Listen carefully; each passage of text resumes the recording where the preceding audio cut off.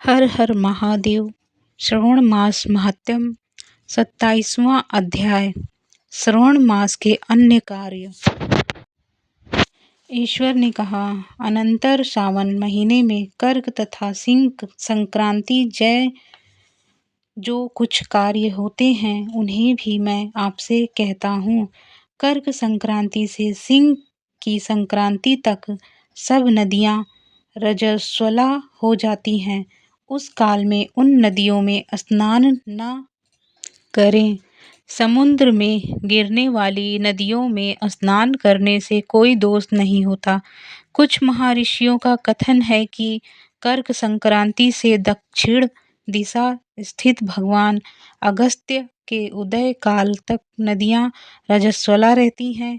ग्रीष्म में भूमि पर जो नदियां सूख जाती हैं वे अल्प जल वाली छोटी नदियां तब तक रजस्वला रहती हैं।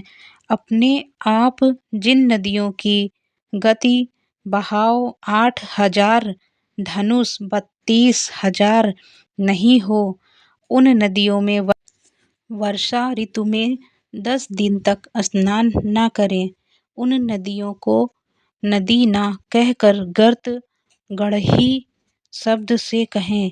कर्क संक्रांति के आरंभ में महानदियां रजस्वला होती हैं। जैसे स्त्रियां 3 दिन तक अपवित्र रह चौथे दिन पवित्र हो जाती हैं, वैसे ही महानदियां भी 3 दिन अपवित्र रह चौथे दिन शुद्ध होती हैं। हे मुने, उनका वर्णन करूंगा, आप सावधान होकर सुनो। गोदावरी, भीमरथी, तुंगभद्रा, वेदिका, तापी और पयोष्णी से 6 महानदियां विंध्या पर्वत के दक्षिण में बहती हैं। भागीरथी, नर्मदा, यमुना, सरस्वती, विशोका तथा विस्तता, ये 6 महानदियां विंध्या पर्वत के उत्तर में बहती हैं। 12 महानदियां देव ऋषि क्षेत्र में प्रादुर्भूत हैं।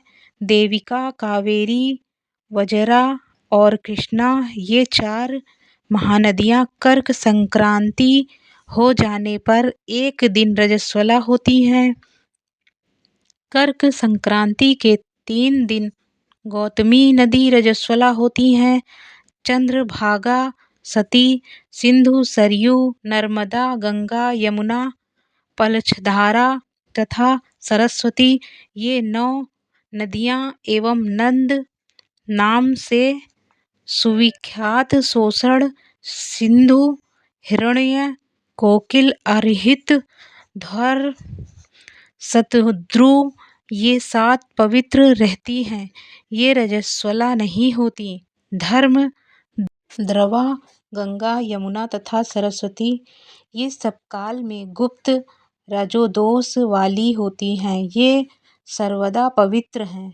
जो नदी तट निवासी हैं उन्हें रजस्वला जन्य पाप नहीं लगता। रजो दुष्ट जल भी गंगा जल के मिलने से पवित्र हो जाता है। अन्य महीनों की अपेक्षा इस महीनों में किया गया दान अक्षय फल प्रदान करता है। मुझे इस महीने में प्रिय और कोई महीना नहीं है। हर हर महादेव। जय गंगा मैया।